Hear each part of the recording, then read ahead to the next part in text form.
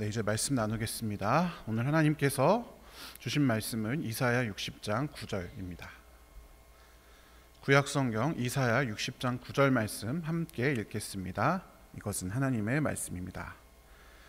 곧 섬들이 나를 앙망하고 다시스의 배들이 먼저 이르되 먼 곳에서 내 자손과 그들의 은금을 아울러 싣고 와서 내 하나님 여호와의 이름에 드리려 하며 이스라엘의 거룩한 이에게 드리려 하는 자들이라. 이는 내가 너를 영화롭게 하였음이라. 아멘. 오늘은 다시스의 배들이라는 제목으로 하나님의 말씀을 함께 나누겠습니다. 오늘 설교 제목이 다시스의 배들인데요. 여러분 혹시 다시스라는 말을 들어보신 적이 있으십니까? 성경에 등장하는 다시스는 지명입니다. 다시스가 등장하는 우리가 가장 잘 아는 구절은 다음 구절입니다. 요나서 1장 3절에 보면 요나가 니느웨에 회개를 선포하라는 하나님의 말씀을 순종하기 싫어서 이제 도망치려던 곳이 다시스입니다. 그래서 다시스로 향하기 위해서 요빠라는 항구에서 배를 타게 됩니다.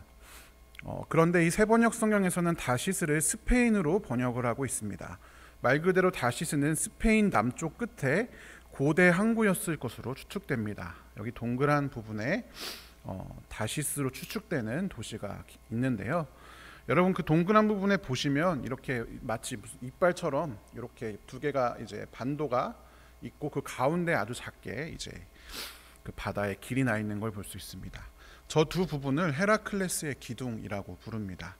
헤라클레스의 기둥은요, 고대 이때는 지중해가 거의 세계의 전부라고 인식했잖아요. 이때 세계의 끝에 경계선으로 여겨졌습니다.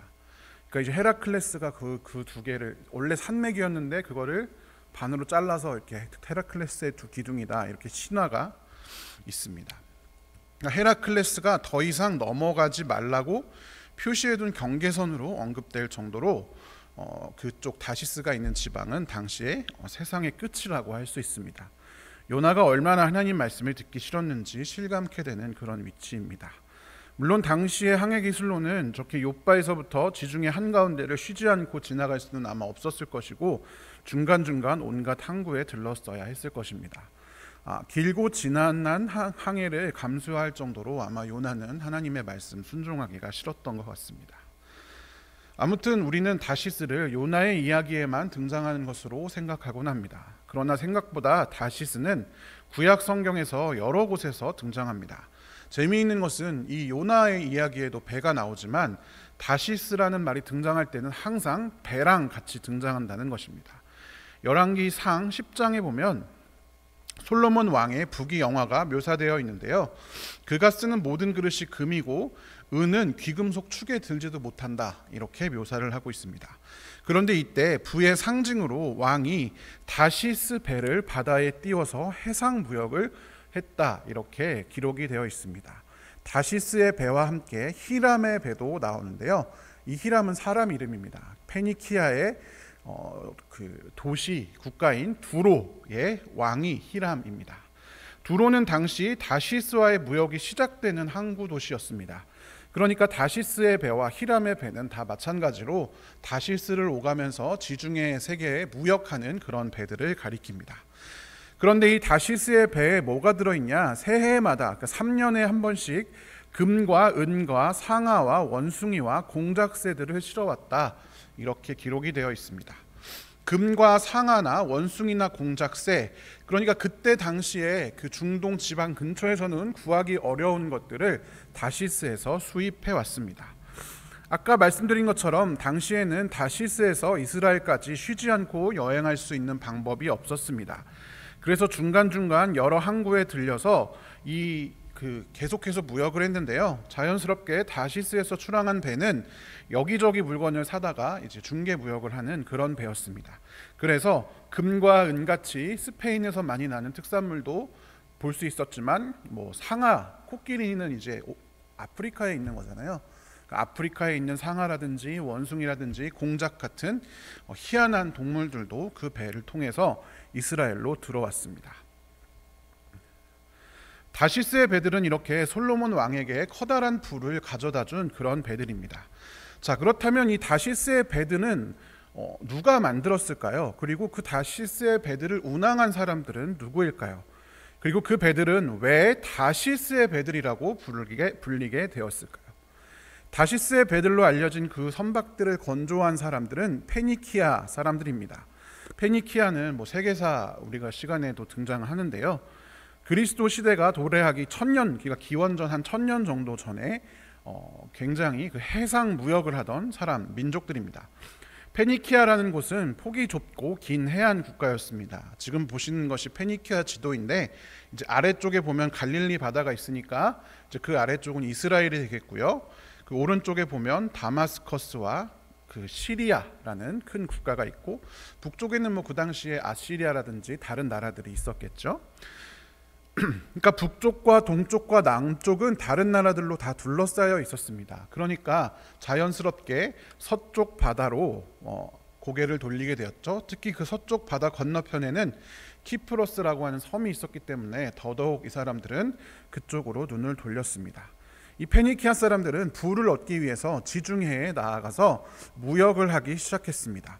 페니키아인들이 세운 주요 도시가 성경에 나오는 두로와 시돈입니다. 그러니까 앞에 살펴본 솔로몬 왕이 함께 함대를 꾸린 히람은 바로 두로 왕이라고 말씀을 드렸잖아요. 그러니까 이 페니키아 사람입니다. 페니키아의 뱃사람들이 조직한 상선당은 계속 번창했습니다.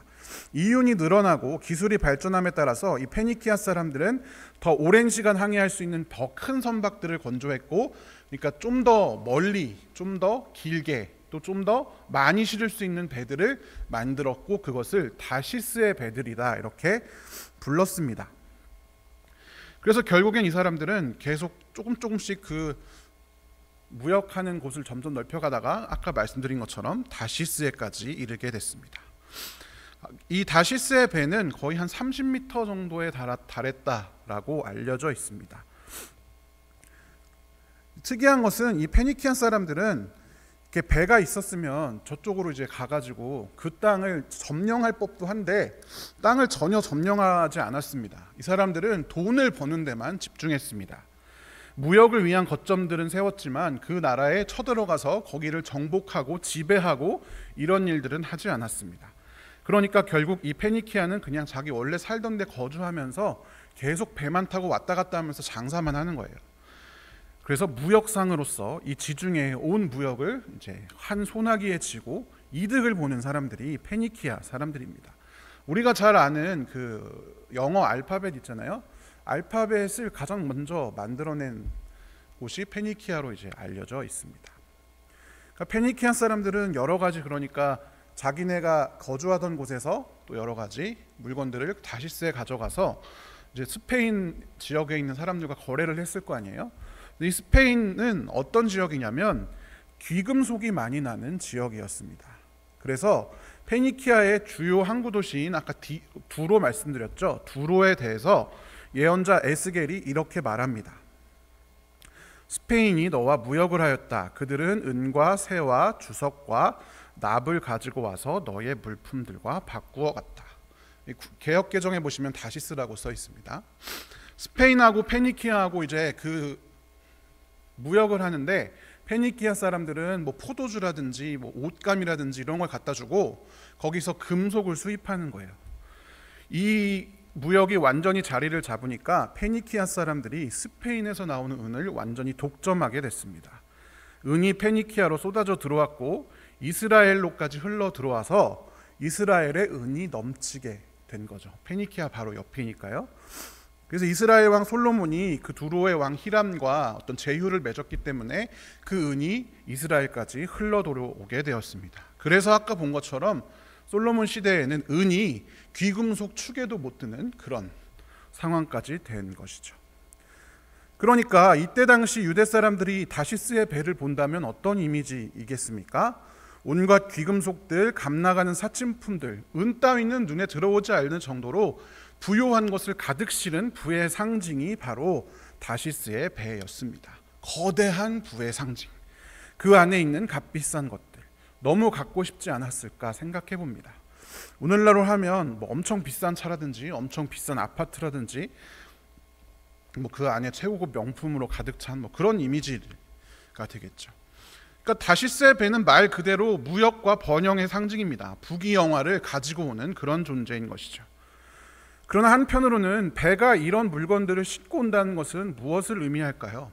오늘날에도 여러분 무역에는 불평등이 존재합니다. 힘의 차이가 나라마다 있기 때문인데요. 그래서 공정무역이라는 이슈가 오늘날에 매우 중요하게 이제 올라오잖아요. 그때 당시는 더더욱이 자유무역이라는 것은 상상할 수 없습니다. 이 물건들은 다 어디서 나왔느냐? 누군가를 수탈하여 빼앗은 것들입니다.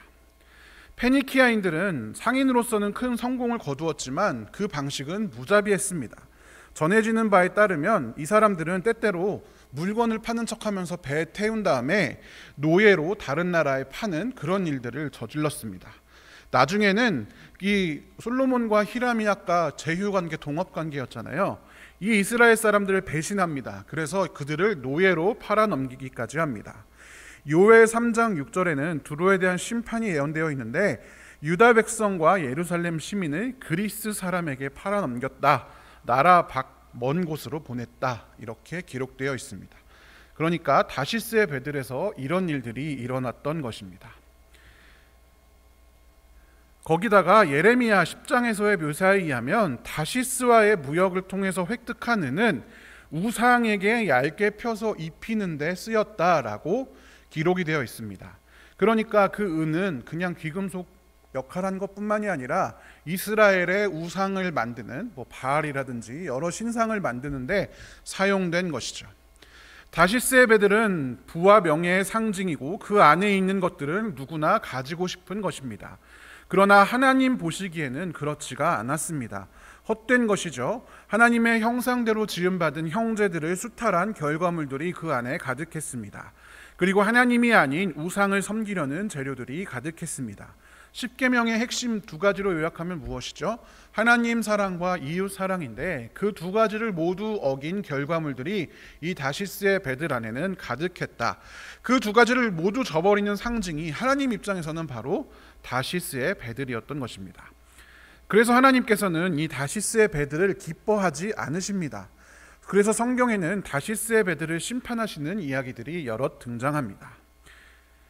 이번 주일 설교에 담임 목사님께서 설교하실 때 여호사밧 왕이 등장했었죠. 하나님 마음에 맞는 행동도 많이 했지만 여러 가지 또 불순종한 행동도 했는데 그 중에 하나가 악한 왕 아하시야와 동맹을 맺었던 일이었습니다. 그런데 이 아하시야와 동맹을 맺고 한 일이 바로 무엇이냐면 다시스를 왕래할 상선을 만든 거였습니다. 그리고 그 배를 에시온 게벨이라고 하는 곳에서 건조하였죠. 열왕기상 22장 48절에 보면 그 목적이 오빌에서 금을 가져오려고 다시스 선단을 만들었다. 그러니까 금을 많이 가져오려고 커다란 다시스 배라고 불리울 만한 커다란 배들을 많이 만들었다. 이렇게 기록되어 있습니다. 그러니까 아하시아와 연합한 이유는 바로 돈 때문이었던 것이죠. 다시스 배가 싣고 올 막대한 경제적 이득 때문이었습니다. 여기 열왕기상에서는 단지 배들이 에시온 게벨에서 파선하였다라고만 기록되어 있는데 역대하의 기록으로 다시 돌아가 보면 여호사밧이 아하시아와 동맹을 맺었기 때문에 하나님께서 부수실 것이다 라고 엘리에셀이라는 사람이 예언하였고 그의 말대로 그 배가 부서져서 다시스로 가지 못하였다 이렇게 기록되어 있습니다. 결국 에시온 게벨에서 건조되던 배들은 구체적으로 어떻게 부서졌는지 모르죠. 비바람이 불었을 수도 있고 불이 났을 수도 있고 모르지만 어쨌든 파손되고 말았습니다. 완전히 파괴되었습니다. 다시스의 배들 자체가 파괴되는 것이 결말이었던 것입니다. 남북 왕국 후기에 가면 하나님께서 이스라엘을 유다, 이웃나라 도시들에게 하나님의 날 심판을 선포하는 예언의 장면들이 많이 나오는데요. 이때 다시스의 배들 역시 주요한 심판의 대상으로 묘사가 됩니다.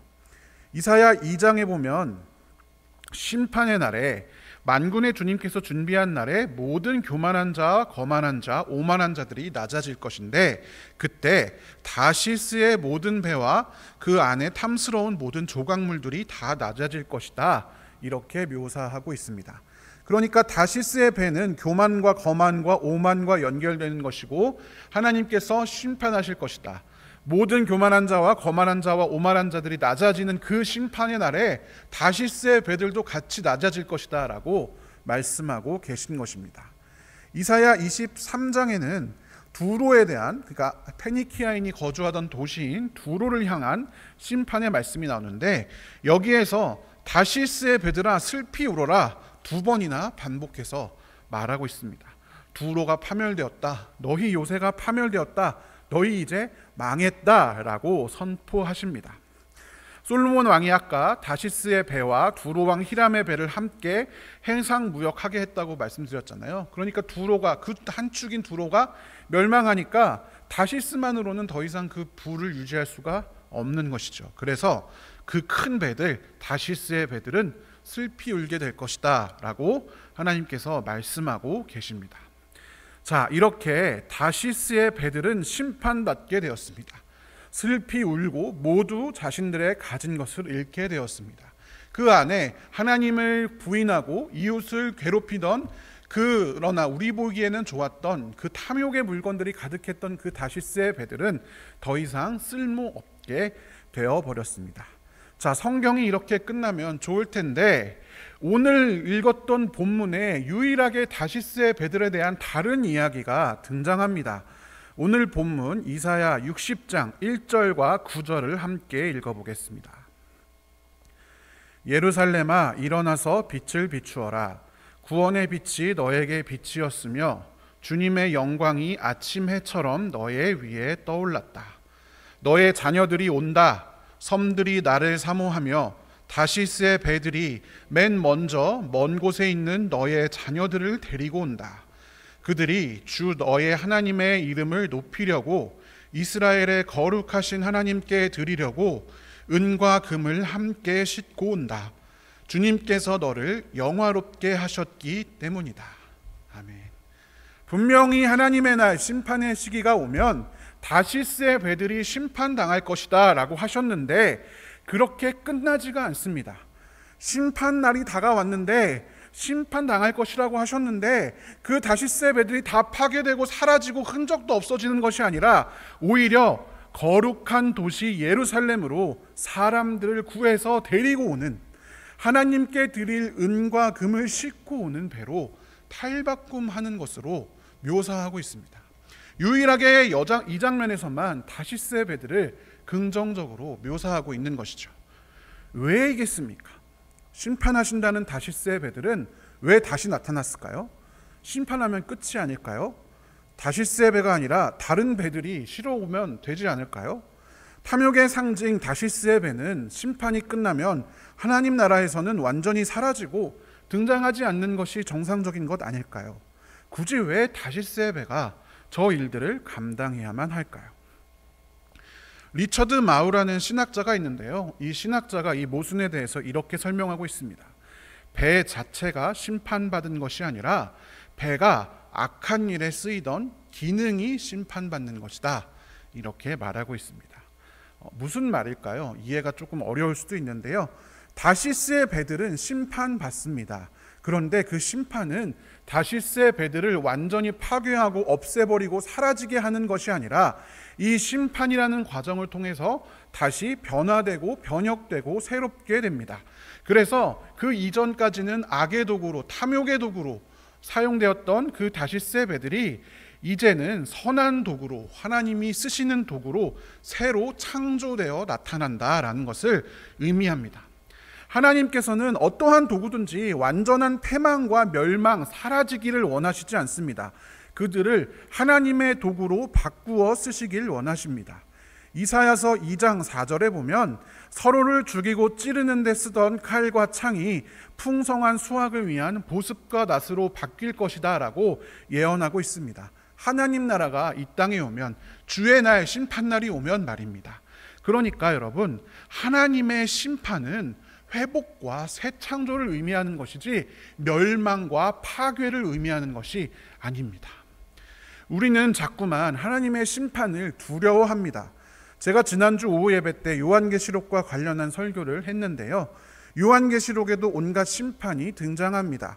요한계시록이 무서운 까닭은 무엇입니까? 나도 그렇게 심판받고 멸망할까봐, 내가 그 재앙의 한가운데 있을까봐 두려워하는 것입니다. 그리고 그 공포를 마케팅 삼아서 온갖 이상한 사람들이 성도들을 가스라이팅하고 온갖 이단들이 발흥합니다. 요한계시록은 묵시문학이기 때문에 해석도 잘 해야 되지만 기본적으로 성경에서 여러분 하나님의 날 심판의 목적은 파괴와 멸망이 전혀 아닙니다. 그게 목적이었다면 파괴와 멸망으로 끝나야 되지 않겠습니까? 그러나 요한계시록도 마찬가지고요. 구약의 많은 예언서들도 심판과 멸망의 경고 뒤에는 반드시 하나님께서 회복시키시는 장면이 등장합니다. 앞서 우리가 살펴보았던 두로도 구약 예언선에 나오던 많은 나라들에도 다 회복의 예언이 최소한 한 번씩은 선포되고 있습니다. 바벨론만 빼고. 회복과 새 창조를 위해서 물론 악 그 자체인 바벨론은 멸망해야 하겠지만 악의 그 세상에서 함께 살던 그 도구들은 다 이 심판을 통해 회복과 새 창조를 하게 됩니다. 이 회복과 새 창조를 위해서 겪어야 할 과정들이 심판인 것입니다. 여러분, 그런데 생각해 보십시오. 우리는 이미 예수님과 그분의 십자가와 부활을 힘입어서 구원받은 사람들 아니겠습니까? 그 심판마저도 여러분, 우리는 예수님께서 대신하셨습니다. 예수님께서 우리 대신 심판 받으셨습니다. 그래서 요한계시록에 죽임당하신 어린 양이 그렇게 여러 번 등장하는 것입니다. 그분으로 인해서 우리는 이미 심판 받았습니다. 예수님이 우리 대신 심판 받으심으로. 그러므로 여러분, 이미 우리는 다시스의 배들처럼 새로운 임무를 부여받은 사람들입니다. 멸망과 파괴로 달려가는 사람들이 아니라 회복과 새 창조로 달려가는 사람들이 바로 우리들입니다. 그렇기 때문에 멸망할까봐, 재앙이 나에게 임할까봐 두려워할 필요가 전혀 없습니다. 오히려 우리는 이 회복과 새 창조를 기대하는 마음으로 또 이것이 나에서 그치지 않고 우리 주변에 있는 사람들에게 전해지도록 증거하는 것이 우리의 역할입니다. 그 안에 탐욕과 부와 수탈이 가득했던 다시스의 배들이 심판의 과정을 거쳐서 그 안에 생명을 태우는 사람들이 가득 찬 배로 바뀌었던 것처럼 죄로 가득한 우리지만 우리 대신 심판받으신 예수 그리스도를 통해서 새롭게 바뀌었습니다. 그래서 사도 바울이 이렇게 이야기하고 있습니다. 누구든지 그리스도 안에 있으면 그는 새로운 피조물입니다. 옛것은 지나갔습니다. 보십시오, 새 것이 되었습니다. 예전 다시스의 배들이, 탐욕이 가득했던 다시스의 배들이 사람을 태운 배가 된 것처럼 예전 죄로 가득한 우리도 새로운 목적, 새로운 존재로 바뀌었습니다. 이어지는 구절에서 사도 바울은 또한 이렇게 이야기합니다. 그것은, 그 직분은 무엇이냐? 다시스의 배는 이제 사람을 태우는, 그리고 하나님께 드릴 헌물들을 태우는 배로 바뀌었던 것처럼 그 이전에 우리 자신의 욕심을 향해서 살던 우리의 삶은 화해의 직분으로 바뀌었다라고 사도 바울이 이야기합니다. 우리에게 화해의 직분을 맡겨주셨습니다. 사람들의 죄과를 따지지 않으시고 화해의 말씀을 맡겨주심으로써 세상을 그리스도 안에서 자기와 화해하게 하셨다라고 말씀하고 계십니다. 사랑하는 성도 여러분, 우리는 무엇을 두려워하고 있습니까? 요즘 자꾸 교회 주변에서 일어나는 일들을 살펴보면 마치 죄가 내 안에 들어와서 멸망할까봐 두려워 떨고 있는 것만 같이 보일 때가 많이 있습니다. 하나님을 섬긴다는 명목으로 정작 내 안에 가득 찬 탐욕과 욕심들은 버릴 생각이 하나도 없고 그저 죄라고 생각하는 것들에 손가락질하고 피하고 정죄하기 바쁩니다. 세상과 화해하라고 하신 직분은 어디다 팔아먹었는지 세상을 적대하고 세상을 피하고 세상과 싸워서 이기려고만 합니다. 여러분, 그렇지 않습니다. 우리는 세상과 화해해야 합니다. 세상에 하나님의 사랑, 다시스의 배들을 생명선으로 바꾸시는 새로운 삶의 목적과 방향을 주시는 은혜의 증인이 우리는 되어야 합니다. 어떤 분이 저에게 최근에 이런 말씀을 하셨는데, 구덕이 무서워서 장 못 담그겠냐, 이런 말을 하셨는데요. 그 말입니다, 여러분. 우리 안에 죄가 들어올까봐 무서워서 사람들을 혐오하고 적대하고 죄를 지은 것 같은 그 존재들을 혐오하는 행위를 우리는 멈추어야 합니다. 오히려 사랑과 섬김으로 함께 할 줄 아는 사람들이 되어야 합니다. 사도 바울은 우리에게 이렇게 말합니다. 악에게 지지 말고 선으로 악을 이기십시오. 악은 선으로 이기는 것입니다. 선으로 덮어버리는 것입니다. 사랑으로 허다한 죄를 덮는다라고 말씀하지 않았습니까? 악을 악으로 규정하고 인종 청소하듯이 청소하는 방법으로 해결되는 것이 아닙니다. 그것은 또 다른 홀로코스트나 다름없습니다. 사도 바울은 이 로마서 12장 바로 윗구절에서 선으로 악을 이기는 방법을 다음과 같이 이야기합니다. 로마서 12장 10절부터 18절까지 같이 한번 읽어보겠습니다. 형제의 사랑으로 서로 다정하게 대하며 존경하기를 서로 먼저 하십시오. 열심을 내어서 부지런히 일하며 성령으로 뜨거워진 마음을 가지고 주님을 섬기십시오. 소망을 품고 즐거워하며 환난을 당할 때에 참으며 기도를 꾸준히 하십시오. 성도들이 쓸 것을 공급하고 손님 대접하기를 힘쓰십시오. 여러분을 박해하는 사람들을 축복하십시오. 축복을 하고 저주를 하지 마십시오. 기뻐하는 사람들과 함께 기뻐하고 우는 사람들과 함께 우십시오. 서로 한 마음이 되고 교만한 마음을 품지 말고 비천한 사람들과 함께 사귀고 스스로 지혜가 있는 채 하지 마십시오. 아무에게도 악을 악으로 갚지 말고 모든 사람이 선하다고 생각하는 일을 하려고 애쓰십시오. 여러분 쪽에서 할 수 있는 대로 모든 사람과 더불어 화평하게 지내십시오. 아멘. 여러분, 이게 악과 싸우는 방법입니다. 넌 악이야. 내 쪽에 들어오지 마. 너 사라져. 이게 악과 싸우는 방법이 아닙니다. 이 일들을 행하는 것이 훨씬 더 우리가 해야 할 시급한 일입니다. 여러분, 이 내용들을 보십시오. 쉬워 보이십니까? 이 일 중에 하나라도 하기가 얼마나 어려운지 모릅니다. 여러분, 이보다 더 급한 것, 더 중요한 것은 없습니다. 이러한 일상을 사는 귀한 성도 여러분 되시기를 간절히 축원합니다.